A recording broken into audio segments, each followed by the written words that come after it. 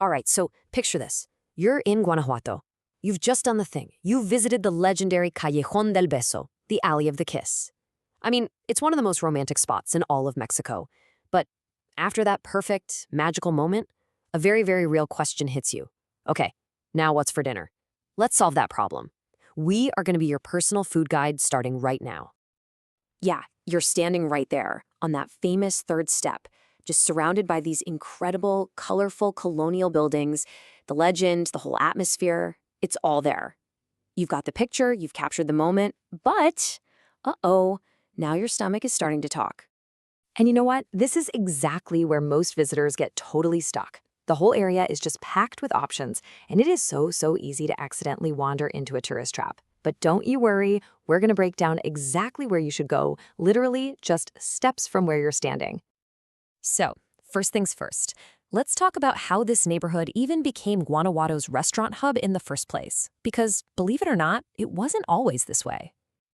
I mean, go back maybe 20 years ago, and this area was mostly just homes. The big shift happened when local families started to realize, hey, our grandmother's recipes are absolute gold. So instead of letting a bunch of big chains move in, they just opened up their own kitchens. And that's the key. That's why the food here still has this amazing, authentic quality. Okay, before we even get into specific restaurants, there's something you have to know about. It's the city's signature dish.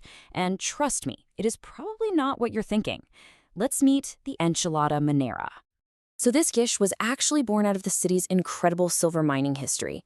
Think about it. Miners needed cheap but really filling meals. So instead of being rolled up, these tortillas are served flat. They're soaked in this rich, red guajillo chile sauce and then just piled high with affordable stuff like potatoes, carrots, and cheese. It really is the culinary soul of Guanajuato. And this comparison right here shows you exactly what I'm talking about. Seriously, forget the rolled, salsa-drenched enchiladas you're probably used to. The Guanajuato version? It's flat, it's open-faced, and it's got this deep, earthy, savory flavor from the guajillo chiles and those hearty veggie toppings. It's a completely different experience, for sure. All right, so now you know what to order. The next question is, where do you get it? We've picked out 3 fantastic options, all right near the alley, and each one caters to a totally different type of traveler. First up, if you are that person who craves pure, unadulterated authenticity, you have to know about Enchiladas de Lupe.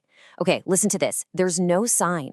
You literally walk through the kitchen where Doña Lupe herself is cooking, and you go sit in her dining room. The menu? It's simple. Her incredible enchiladas. That's it. This is as real as it gets. Okay, next, for the Instagrammer and all of us, there's Santo Cafe.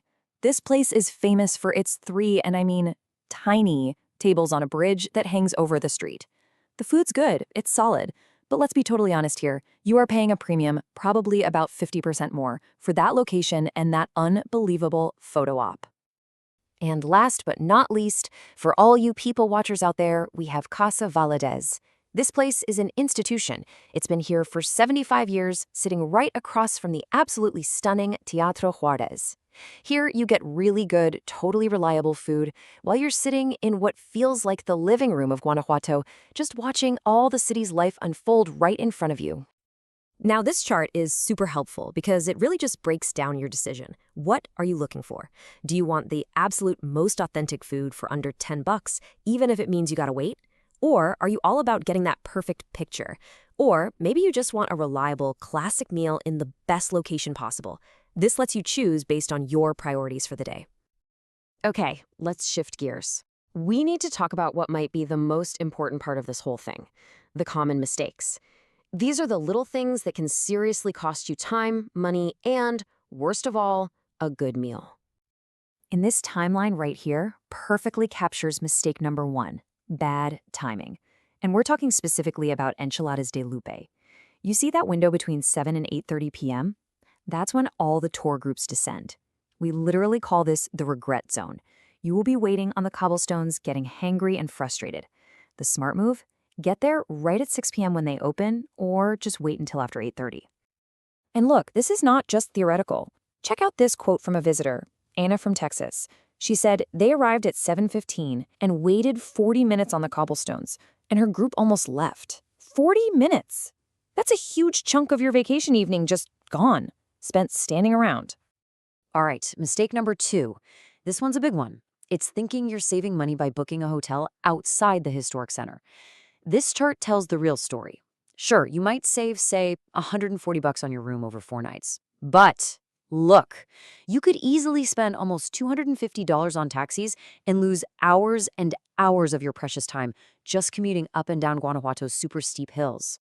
So what does that all mean? You don't even break even. You actually end up losing over $100 when all is said and done. And that's not even counting the pure exhaustion of all that travel. Staying in the center, trust me, it saves you money, it saves you time, and it saves you energy. And mistake number 3 is simple: settling. If you go to Santo Cafe and you can't get one of those 3 famous bridge tables, don't just take an indoor seat. Please, you'll still be paying that 50% premium, but it's for a cramped, kind of dark space. The value is 100% in the view. If you can't get it, it's honestly better to just move on. Okay, let's get real for a second. As absolutely fantastic as this neighborhood is, it isn't going to be perfect for every single traveler. So let's manage some expectations, shall we? So this area might frustrate you if you have really serious dietary restrictions. Remember, these are traditional kitchens. Or if you expect perfectly consistent 5-star service every single time. These are family-run spots, you know? And yep, a lot of them are cash only. So if you're someone who prioritizes predictability over, let's say, authenticity and its charming quirks, this might not be your scene. So what's the verdict? What's the bottom line here? Look, this neighborhood offers an excellent, super convenient 8 out of 10 dining experience. Is it the absolute, undisputed best of the best food in the entire city? Maybe not, but it is very, very good food in what is absolutely the most convenient location possible. And hey, here's one final pro tip for you. This one's from a local tour guide. If you really want to go deeper and find the hidden gems, just ask a local where they eat on a Sunday afternoon with their family. That's it. Those are the spots where you are going to find the real, true heart of Guanajuato's food scene. And all of this really leaves us with one final question for you to think about for your own trip. When you're traveling, what do you value more? Is it the convenience of a great meal that's literally steps away? Or is it the adventure of seeking out that perfect 10 out of 10 meal that might be clear across town? Your answer to that question will tell you exactly where you should eat after the kiss.